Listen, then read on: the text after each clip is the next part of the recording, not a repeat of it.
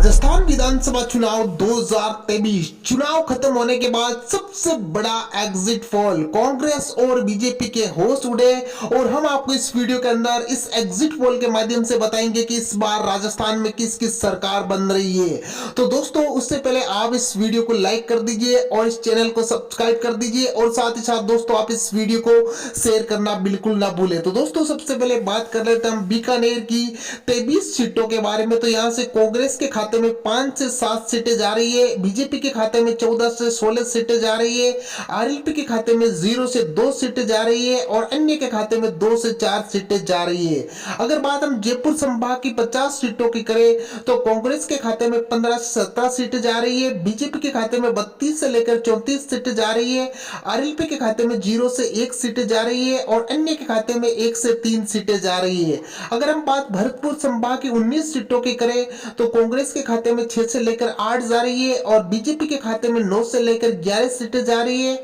RLP के खाते में 1 सीट जा रही है और अन्य के खाते में 1 से 3 सीटें जा रही है। अगर हम बात अजमेर संभाग की 29 सीटों की करें तो कांग्रेस के खाते में 6 से 8 सीटें जा रही है, बीजेपी के खाते में 14 से लेकर 16 सीटें जा रही है और आरएलपी के खाते में 5 से लेकर 7 सीटें जा रही है और अन्य के खाते में 0 से 1 सीटें जा रही है। अगर हम बात कोटा संभाग की 17 सीटों की करें तो कांग्रेस के खाते में 2 से 4 सीटें जा रही है, बीजेपी के खाते में 13 से लेकर 15 सीटें जा रही है और आरएलपी के खाते में 1 सीट जाती हुई दिखाई दे रही है और अन्य के खाते में भी 1 सीट। अगर बात हम उदयपुर की 28